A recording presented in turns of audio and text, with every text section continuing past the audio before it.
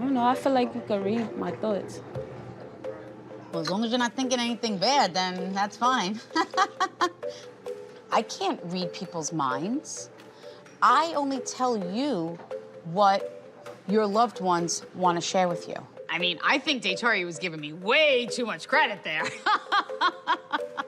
You know, that I could read minds. I mean, I can't.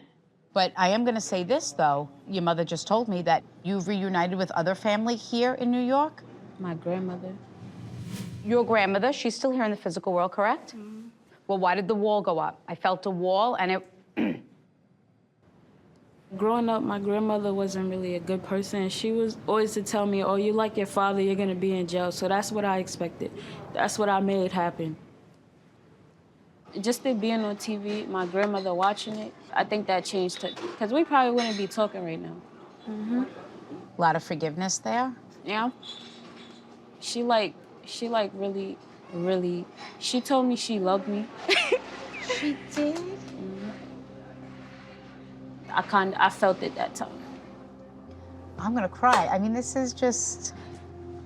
I mean, you went from having nobody to having a family just from spirit.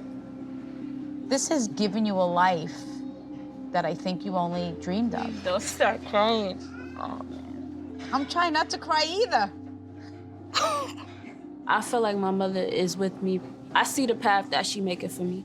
She's just telling me where to go, what to do, and I'm following. I can't wait to hear what happens next year, because you never know what's gonna happen down south, right? Could you imagine? Can I be in the wedding when you get married? Wait, you know about that? What? Wait, why did you just say that? Because spirit makes me say things?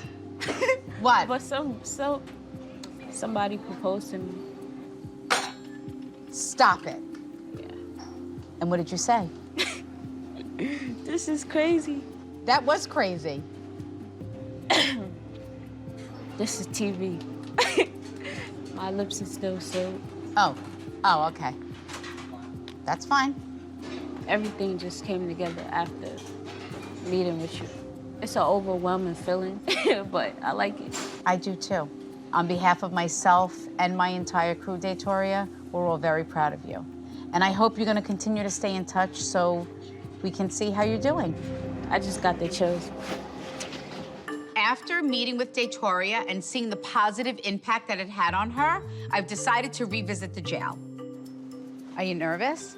I'm not nervous, are you? No, because I know that I'm able Going to home. leave. Yeah. But this time, the facility is giving me more access, and I'm actually reading a group of men. Hey, how you doing? Hey, Hi, nice how to are see ya? you. This time she's gonna be reading men, and I think if they see me there, they'll keep their comments in check. Yeah, I appreciate you having me back again. I know, last time you were here for a short time, we figured to take you some new spots today, maybe the yard, pod, something like that. What do you think? Okay. You ready? Yeah, ready. Let's rock and roll. Okay. We're just gonna have to shut that for a second. Of course. They can only open one gate at a time for obvious reasons. You wouldn't want anybody to just be able to run out or, because we're Okay. gonna have regular movement once we get past this point. Okay. I didn't stop movement for you guys to be here. I hope you don't mind. I'm gonna take you over to a program pod we have here for females. Okay. We try and better them so when Right. they get out, they're ready. And maybe they Absolutely. can be productive in society or maybe... When we entered that hallway and there were all the men lined up on the wall, I didn't know what to do. I just was staying focused on the captain because I didn't know if it was appropriate or if I should say anything to anybody. You could just be yourself and Okay. not gonna actually go over and hug them or anything. Right, But right, you would right, normally right. say hello. Okay. I don't see any issue with that. If there's any security concerns, I have officers here. There's no touching, there's no hugging, there's no this, there's no that. T, you okay? Yeah, I'm fine. All right, cool. Why? No, you're fine. Let's go through this way, guys. All right, so this is our pod housing. Oh, okay. See the girls knitting. They actually do knitting program. Okay. Oh. When I went the first time, they just kind of like toured me a little around in the hall. But I mean, this time, I really got to go into the pods where the girls were. It's much more intense. I'm very impressed with the crocheting. I admire all your hard. I really am. I'm so impressed. I know I sound stupid, but I'm so impressed with the crocheting. When I entered the female housing pod, I found myself like floundering, like I didn't know what to do. So that's like a form of meditation where it just kind of like relaxes your mind and. Time go fast. Yeah, yeah. Well, you know. So thanks, ladies. Have a good day. Yeah. They were like looking at me like, who is this woman? And what does she have to say that I'm gonna want to hear? So if you want, I could take you over to the yard. Who's the father that is departed? I don't know. I don't know if any of you know who I am, but I'm Theresa Caputo, and I have the amazing and beautiful gift of being able to connect with people that have crossed over. So, you know. That's me. That's you? Okay. So just know that your dad is stepping forward. When Theresa first came in, she was gonna walk away and leave, and then she came back to my table and started talking to me, and I knew, right when she said, whose father is deceased, something told me, put your hand up, because I knew it was him. You like smell your dad? You ever smell like his cologne or like? Yeah. Smell him all the time. So know that that is your father's soul with you at these exact moments and letting you know that he is with you. Do you feel that you didn't get to say goodbye to your dad? Because he says, I want you to know that you got to say goodbye. Yeah, he died of a heart attack.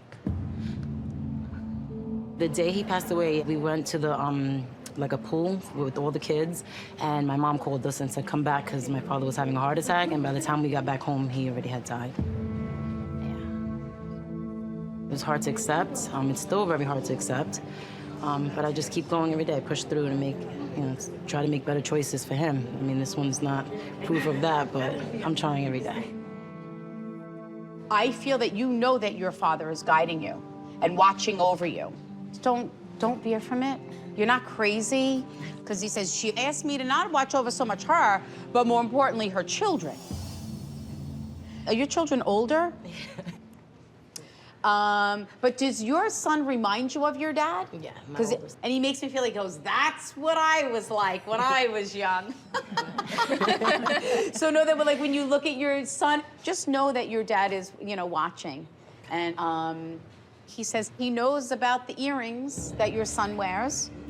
He has earrings of my father's. When my father passed away, my mother had all his jewelry, and she passed on his earrings to my son. And my son wears those earrings today. And my son actually, I just found out 2 days ago, my son is actually in another facility on Long Island. And I think that's why he's watching over my son right now.